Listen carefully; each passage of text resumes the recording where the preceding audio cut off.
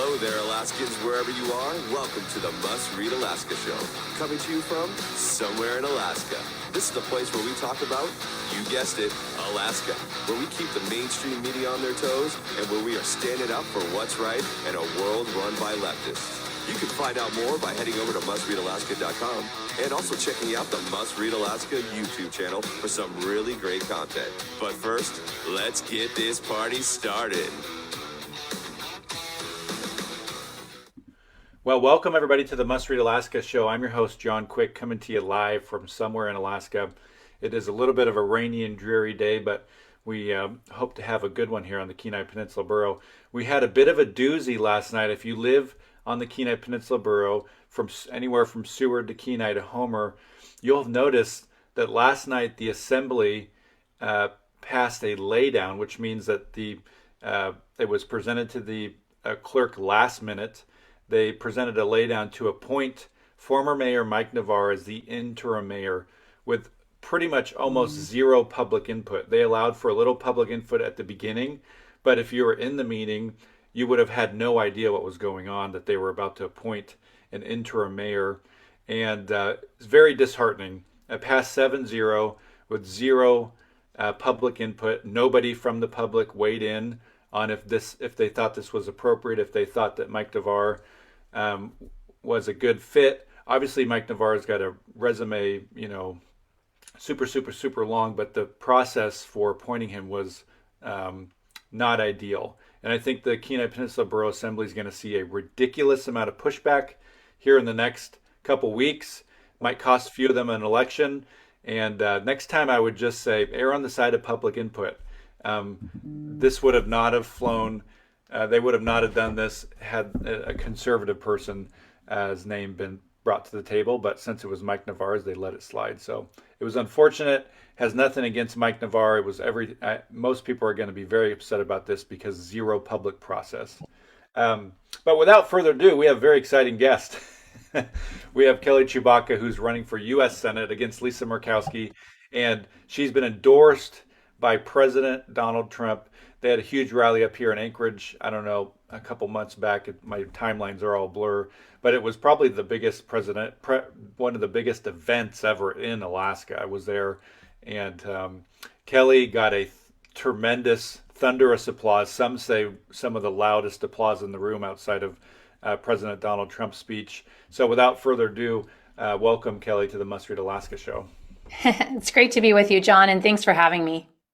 Yeah, I'm excited that you're on, and I think that people want to hear how is the campaign going? What's it like on the campaign trail? What's some of the latest scuttlebutt that you're hearing in terms of what people, the everyday Alaskan, really care about when it comes to their elected U.S. senator? The campaign trail is going really great. I just spent nearly every day out at the Alaska State Fair. There's a ton of traffic, and our booth had regular amounts of people. We ran out of almost everything, which was really exciting. That's a good metric. And the thing that we're hearing most is a lot of concern about the ranked choice voting system, especially with the turnout of the special election and the result of what happened. And so people are wondering, what do we do? How do we approach November? I think everyone's really concerned about the videos they saw released from Project Veritas, those undercover videos showing that Senator Murkowski colluded with her campaign staff and used dark money to deceive Alaskans, running the Ballot Measure 2 initiative, making us think that we are getting rid of dark money in Alaska. That's not what happened. Instead, we ushered in ranked choice voting, and all the videos show it was an effort to try and help Murkowski keep her Senate seat. And in fact, most of her campaign is largely funded all by dark money. So everyone's a little bit concerned and disturbed about that and the effort to distort and mess with our election system just to favor an incumbent. But what we were able to tell them is the thing isn't rigged in Murkowski's favor. In fact, there was a poll released just last week, right after the primary, showing that in this November election right now, I'm tied 50-50 with Lisa Murkowski. It's a neck-to-neck race right now, and our job in the next 2 months is to pull ahead and make it a decisive victory. So giving people hope that there is something we can do and we are not disempowered. It's just a math game. And our job right now is to get as many people out knocking doors as possible. If you're interested in helping, please sign up online, kellyforak.com, under the volunteer tab. And any donations that you can provide will help make the difference between us winning and losing the race. That's the status of the race right now. Nice. Well, I like it. Thanks for the update. So let's kind of talk a little bit about, in the next 20 minutes or so, just kind of your thoughts and stances on some things, some important issues for the everyday Alaskan. So, oftentimes the conservatives out there, they think government's too big. They think it's bloated. You spent a big portion of your career combating, waste and fraud in the government. So my question to you, this is Kelly, where do you stand on growing government? The left has a very clear stance on this, that they are either in favor or are unopposed to growing government. What is your stance on it? Well, I think we all know when government grows, freedom shrinks. And when government shrinks, freedom grows. And largely we feel that freedom in our pocketbook because government doesn't make money, it just takes money and then uses that for government programs. I think we can sum up the conservative approach to government as government empowered solutions don't much solve many things. Instead, we believe in individual empowerment and community empowerment as the solution to most things. And limited government has a role in solving and helping society, like in our military or in our treasury, which are things spelled out in our Constitution. But otherwise, we really, really prefer power to the states and to the people and community empowerment to solve problems. This is how we would sum up in Alaska self-determination or self-sufficiency, self-reliancy, living off our land. It's why there's a little bit of a libertarian streak in all of us. And I think what we're seeing right now under the Biden administration is what happens when government grows. And as you pointed out, John, I've spent my career dedicated to making government work for the people, doing audits and investigations, making sure we return billions of dollars to taxpayers. That's one of the joys of my heart, and helping with several teams across many different agencies. I did federal oversight of 20 different agencies and then came home and got to run the 14 agencies of our state, making sure things run more efficiently and effectively for the people of America. It's like being a bureaucracy whisperer. It's not easy to tame government, but it can be done. Good government is not an oxymoron, but we see the effects of bad government right now with Biden administration and some of the policies that have happened. You got to remember, this inflation has been directly caused by out of control spending from Congress. Namely, what we trace it back to is this so-called infrastructure bill that was passed last year, $1.2 trillion that they paid for by printing money. So remember in our story, Alaska hasn't had dedicated money given to us in earmarks for over a decade. And that's even though we have a senior position in the Appropriations Committee. And so instead, what we have to do to get money is apply for it and compete for it in the federal executive branch. We have to go to executive branch agencies to get our money. And that's true of this infrastructure bill too. We have to apply and compete for any of the money. But leaders I talk to, from Ukiyavik to the Aleutians, they can't find any of the money. And so, as Senator Sullivan has said, part of the reason is because the Biden administration has set the regulation hurdles so high, they're designed to kill all infrastructure. And another part of the reason is in this $1.2 trillion bill, just a small percentage of it was actually designed to address infrastructure. On top of that, while Alaska is 18% of the land mass of the United States, less than half of 1% of the money set aside for infrastructure was, quote, made available to Alaska. That means it was given over to the executive branch for us to try and go find it and apply for it and compete for it. So we left 17.5% of the potential funds that we should have gotten by proportion on the cutting room floor, if you would. And then the Department of Transportation under the Biden administration has said that they won't authorize any new roads or any new bridges from the money of the infrastructure bill. Well, the only way we're going to get to resources, especially in rural Alaska, is with new roads and new bridges and new railroads, and none of that's going to be funded from the less than half of the 1% that Alaska might get if we can get over the regulation hurdles and we can find the money in the executive branch. So all of that to say, the solution for these kind of problems that I would propose is I want to add a grant writer to the Senate staff so that when there's an appropriation bill like this, the Alaskans in our communities can actually find the money and apply for it. But the other part of it, John, is it is absolute nonsense to use a bait and switch like this, which is how Senator Sullivan's been describing it, to push through the Biden climate change agenda and then mislead Alaskans to think that we're actually getting a good deal, because we're not. What we're doing is every Alaskan family is going to have to pay more than $2,100 for this bill. And we're now getting hit with this, 8 to 9% inflation on top of it. That's the cost of the infrastructure bill. If we can find the less than half of 1% of it that's been set aside for us to maybe build potholes, because we're not getting new roads or bridges from it. That's my take on growing government and how when government grows, freedom shrinks, and why we need to pull back on these excessive spending bills. I like that. So let's talk about energy for a second. I think Sure. somebody that produces, a company that produces energy here in America is probably some of the cleanest energy when you compare it to things that happen in other kind of third world countries where oil companies step in and have no regulations. We got FERC, we got the Army Corps of Engineers, we got the EPA.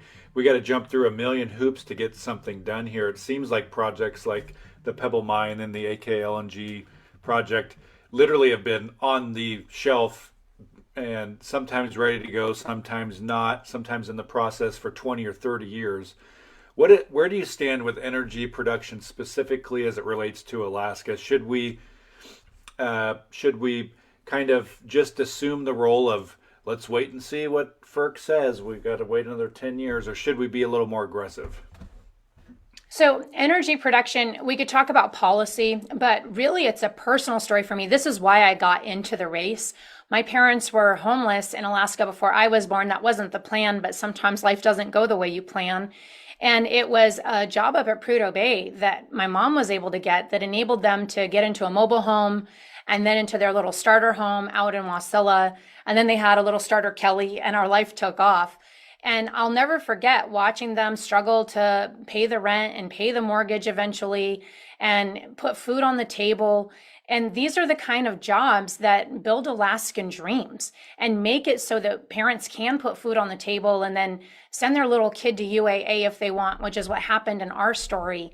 And when I saw Senator Murkowski make the tie-breaking vote in committee to advance the nomination of Deb Haaland, knowing that she was going to champion Biden's energy annihilating agenda, which she has, and shut down all these energy projects in Alaska, I took it personally.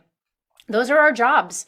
Those are our ability to pay the rent and put food on the table. And that's where I stand on energy. We are now seeing across the United States people not being able to pay for both gas and groceries at the same time. We are seeing a national security vulnerability as we are no longer energy independent, but are now vulnerable to foreign adversaries as we rely on them for energy because of decisions Deb Haaland has made. And those are all traced right back to Senator Murkowski, who stacked the Department of Interior against us. She also handpicked Haaland's deputy, and she was the tie-breaking vote for Haaland's general counsel. It's not just one vote, it's the entire department and all the policymakers. And so where do we stand on energy as a state? This isn't just our economy. It's not just our workers. It's our families. It's our state budget. It's our environment, as you've said. When we are able to produce clean and green energy and have the funds for it, we reinvest it into conservation. If you care about any of these things, you care about producing energy in Alaska. So what's the solution? Here's our issue. First, you identified the permitting issue. We absolutely have to get what I call pure permitting, predictable, understandable, reliable, and equitable. And the way to do that is to hold our federal agencies to what we have in statute. We have deadlines in statute, like a 2-year deadline, and now their average is at 4.5 years. We have to ask, Why don't we have some hearings before, say, the Energy Committee, asking these agencies to be held accountable? Why aren't their budgets being held accountable and cut before the Appropriations Committee? We have a senior position on both. When I become senator, I will use that power in the Senate to hold agencies accountable. That's what the Senate is designed to do. And this, of course, is my background, holding federal agencies accountable. We also have tools in the executive branch that we can use to hold these agencies accountable. Those are the offices that I come from. It's time to look at some audits and some investigations about abuse of authority, overuse of exemptions, where the exemptions are now the rules, to blow through these permitting rules, and maybe stop giving exemptions, curtail those authorities so that they're held strictly to scope and timeline reviews, timeline limitations, so that our companies have some predictability in the process. I also think it would be good for Congress to exempt from NEPA reviews lawsuits against them. A NEPA review can just be a review and we don't have to go to a lawsuit. I also think it would be good in Congress. I would pursue limiting what we would think of as like double jeopardy for our companies. If you get a final review of decision, a final decision from the federal permitting process, then it should be final. And if there's a lawsuit against it and you survive that lawsuit, then it's final. And we're not going back to the drawing board 2, 3, 4 times for a federal agency to layer on more and more requirements for our companies to jump through in order to get a final decision so that they can move forward with their project. I think these are some basic things that we can pursue from the Senate office in order to get our companies, our energy companies, the predictability they need so that we look less like Venezuela and more like what we should look like as the United States of America. The federal government should not be inserting risk into the business process and the business climate when it comes to energy development in Alaska. I love it. I think it's a breath of fresh air. We've seen and heard folks talk about projects for years and years and years. Charlie Pierce, who's still currently the mayor of the Kenai Peninsula Borough until the end of the month, and then he's going to focus on running for governor. He's got story after story of projects coming and going, and I think we miss out on a lot of opportunity here in Alaska. And I'm hopeful that when you're the senator that you'll help those opportunities get here a little quicker with a little less red tape. So my next question to this is, Kelly, you've had a very successful career so far, and hopefully you're just in the middle of it or even on the front end of it. And, there's people out there listening that are contemplating, should I run for school board? Should I run for the assembly? Should I run for, a service area board? What's some advice to you as they think about that? You've thrown your name in the hat and are running for a very big office, but there's still folks out there that, there's a lot of people out there that look at you as inspiration, as a conservative, successful person. And so what's your advice to them as they're thinking about, crap, should I run for my, school board office or my service board office?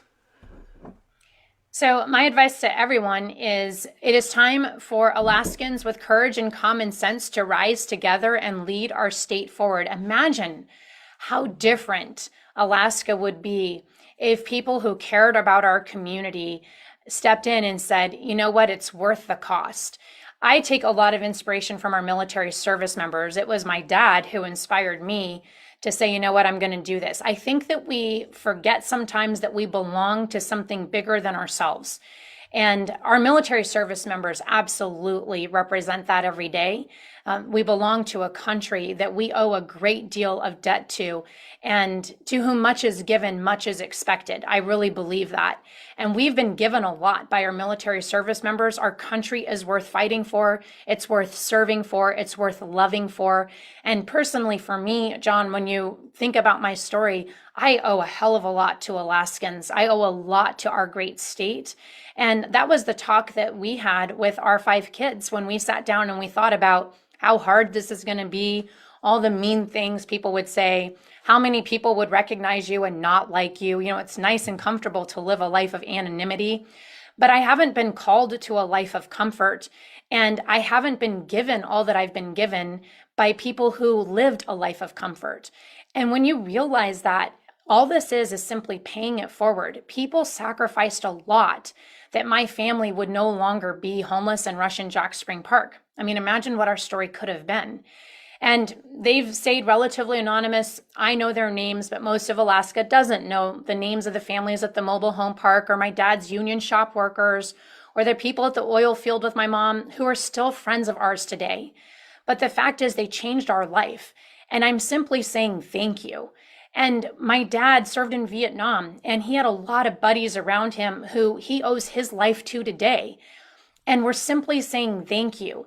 And isn't it true that all of us can look around and go, you know what? I didn't get here on my own, and I owe a lot to some other people. And if people with courage and common sense just said, I'm part of something bigger than myself, and I want to serve my community, and we say thank you, I think that government service, I think our communities, I think our schools, I think our cities, I think our country would be a different place. And I'll share this personal story because it was very eye-opening for me. When we hired our video crew to come do my launch video for the campaign, I hired the best because I wanted Alaska to know you can expect the best from me. So this crew came up and they've done a lot of the campaign videos for the people who now currently sit in Senate and the Congress. And they filmed me for a day, and they budgeted like 4 days. And they said, "You're not like the other politicians we know." And I said, "What do you mean? I don't hang out with politicians. This is my first time doing anything politics." And they said, "Well, normally we have to come up a day early to help the candidate figure out why they're running." And they said, "They hire you and they don't know why they're running?" And they said, "Well, they know why they're running. We just can't put that on video. They're running because it's their next step in their career and they're building their resume. But that doesn't sell to voters. So we have to help them write their script. And when you see the camera shots from different angles, like this angle, then the next line's at this angle, and this angle, it's because we're feeding them their next line because they don't know what they're supposed to say next. But we didn't have to do that with you because you just sat and talked to us, kind of like how I'm talking to you now, John, and you just told us with a lot of passion why you're running." They said, "Don't drop that authenticity because it's very rare in politics." And I think that that's instructive for us all because remember, I come from a background of investigating government insiders, and I can tell you, they always go back to doing what they've always done, short of some major conversion moment. People just go back to who they always were. And after a nice flashy campaign, imagine what all those people in Capitol Hill are doing. And wouldn't it be great if Capitol Hill was just common sense again? And if people were just there because they authentically wanted to serve their communities? Same thing about our school boards and our assemblies, our mayors. So if you're out there thinking, "Gee, I just wish Alaska was a better place," you are exactly the person we need running. And it just takes a little bit of courage to think, what are they going to do? Throw some mud at you? They throw some mud at you, you can take some showers. You know, all these people around you, they're not going to remember in a year all the nasty things people said. And all you got to do is brush it off because you don't have to let it stick to you either. That's awesome. My last question to you this is, Kelly, I know your parents, they're great people, so I probably know the answer to this, but how important has faith been as it comes to just making decisions on the campaign trail? Does faith play a big role in how you go about, speaking at events and interacting with volunteers and making asks with donors and stuff like that? Does it play a big role in who you are and how your campaign is ran? So for me, it is just a real cornerstone of hope through this whole journey. I think one of the things that can be the most difficult for any candidate is not knowing how this story ends and wondering, is any of this even working, and kind of dealing with that feeling of discouragement. But when you know that the story is already written by a God who loves you and who already has your days planned out, and that all the story ends good, it doesn't really matter what the outcome is. This has all already been planned and written. You can just have a lot of hope and encouragement and sort of move forward boldly.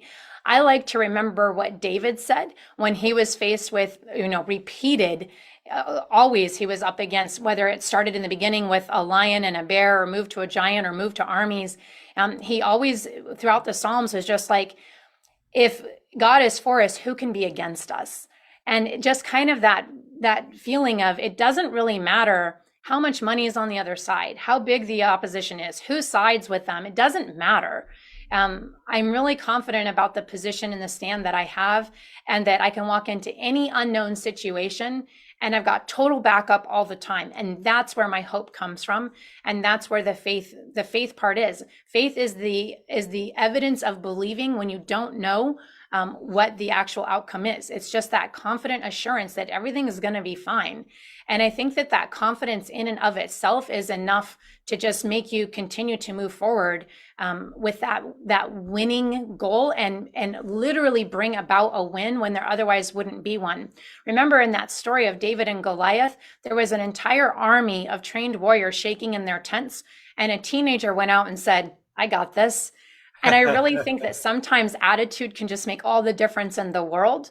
And it really can just be exactly what empowers the win. So before we go, tell folks one more time, where can they find your campaign, Facebook, website, any big events coming up? Floor is yours. So we're at kelly4ak.com, KELLYFORAK.com. I'll invite you all to my big birthday party this Saturday at 6 p.m. Main Event Grill. It's at 1041 East 76th Street in Anchorage if you happen to be in the Anchorage area. Again, that's Saturday, September 10th at 6 p.m. Main Event Grill. If you're down in Ketchikan, I'll be at the Southeast Conference on Monday and Tuesday. And the candidate forum for the Senate is on Tuesday the 13th. And then I'll be in Juneau next Friday and Saturday. So if you're down in Juneau, I'd love to see you there. I've got a lot of our old Department of Administration friends. I'd love to connect with you guys there if you happen to be in Juneau. Those are some big events coming up. Kelly4ak.com, and on social media, Kelly for Alaska. Awesome. Well, thank you so much for joining us, Kelly. I really appreciate it. And we wish you nothing but success on the campaign trail. And we'll have you back on whenever, maybe in a couple weeks or something like that, to hear what's going on the campaign trail. And for folks listening in, you might, that just tuned in, you might want to go back and listen to the whole thing. Kelly is running for U.S. Senate against Lisa Murkowski. And Kelly is a force to be reckoned with. She spent many years in D.C. combating bureaucrats.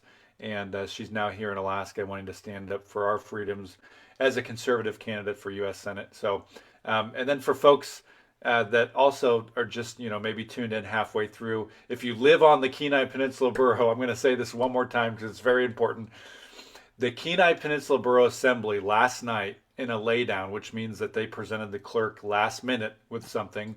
They did a laydown to appoint Mike Navarre, the former mayor of the Kenai Peninsula Borough, as the new mayor, interim mayor, starting October 1st. Now, this is not a cut against Mike Navarre. This is a cut against the public process. There was basically zero public process for this. It passed 7-2. The only folks that were standing up against this were Assemblymember Richard and Bill from Sterling and from Kenai that said, we need a public process. Hold on. We can't just put this as a laydown and kind of shove it down people's throats. We got to have a public process here.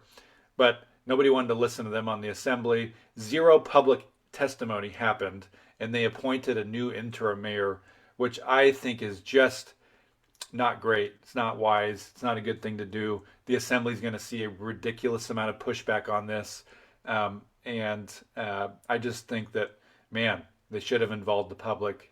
And you could have had the public, weigh in, email, public testimony, the list goes on. But anyways, I wanted to give everybody an update there that for those who live on the Kenai Peninsula Borough.